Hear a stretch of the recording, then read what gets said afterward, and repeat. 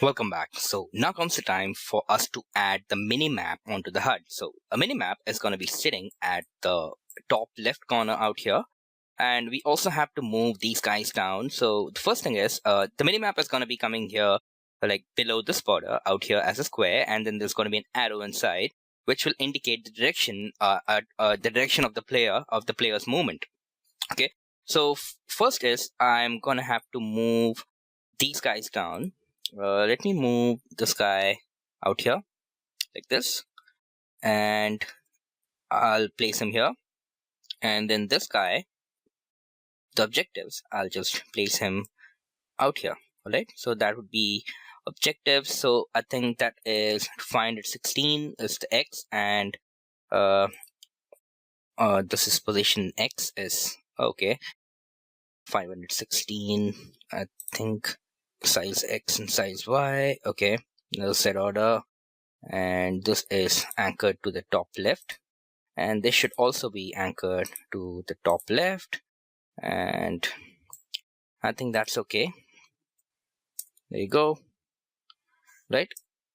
Okay, great. So now once we have that in place, maybe I'll just move this guy, both of them, further down a little bit so that I can accommodate the minimap. Now I might just have to move him a little bit up like this.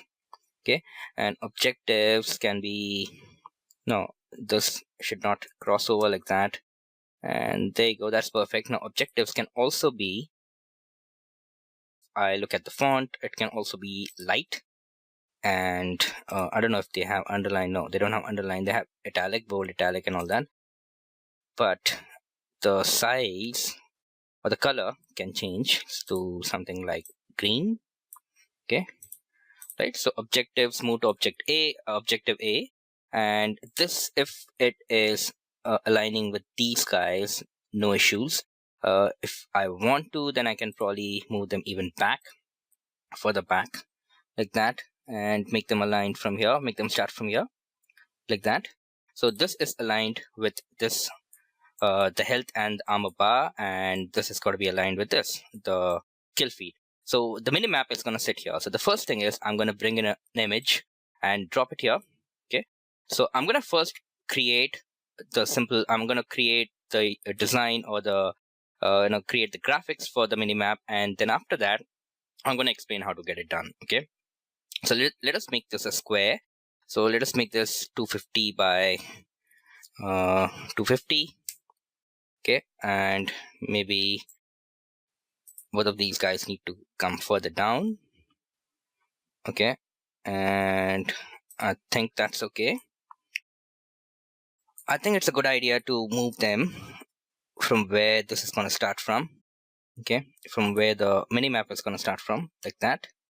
Okay, and similarly, all of these guys, just one, I'm going to take off the snapping, and then I'll just move them to the left a bit. Great.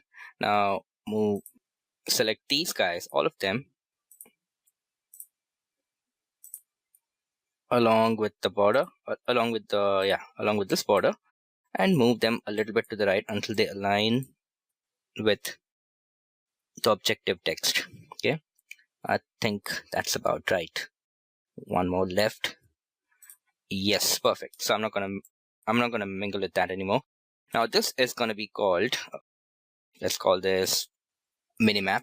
Okay, and then you're gonna need one more, which will actually be the arrow. So if you look at the content browser, and if you look at the sprites and images, everything that we brought in, this is the minimap arrow. If you double click on that, you'll see a little arrow once it loads up. So this arrow that's going to be placed on the map. So this arrow is going to rotate itself along the y-axis alone to just indicate where you're moving. As simple as that. It's just going to be like any other minimap. And the next one is going to be the border of the minimap itself. That's okay, and we already have that. Okay, so all we need is now this arrow, and this arrow always has to be on top of the sky. So let's see, this has to be at a Z order of 1, because it always has to be on top of the sky.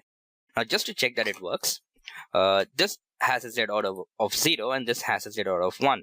Now just to check that it works, I'm going to give it I'm going to give it a tint. I'm going to give it something like a green tint, okay, and then I'll probably make it an alpha of 0.5. And then I'll just drag him over here so that I can know that, okay, that guy is here. He's perfect. He's sitting right where he needs to be sitting. Okay, and this is the arrow, while this is the minimap, and it's also anchored to the top left corner. Also make sure that this is also anchored to the top left corner, and that is going to change anyways. Now, the way we're going to make this minimap work is, this is going to be sort of like a live feed coming in from the top of the player, where we'll be attaching a camera, and that feed will be projected onto a texture. Okay, and so this has to be done through the blueprint, and I'll explain it how. And let's see. So let's also rename this to arrow. Okay, I don't know, direction arrow. Okay, compile that and save that. Now let's go back to our player. Okay, and let's first take a look at what it looks like. So right now, to me, it looks fine. Okay, I'm able to see the minimap, and I'm also able to see the arrow. So I'm happy with what it looks like. Now I just have to make some changes over to my player here. So right now, this is what the player blueprint looks like. It has the capsule, the character mesh, the arrow to indicate where he's pointing at, and then a main camera, and then also the camera boom, which is a spring arm, which you're not really using, but let it be there for just because it's been there forever. So now inside the capsule component, I'm going to be adding another camera. Okay, another camera, and he'll sit right there. Now I'll name this camera as minimap camera. Minimap camera, and this camera will be somewhere up here. It's going to be giving us the live feeds of the player's movements from up here.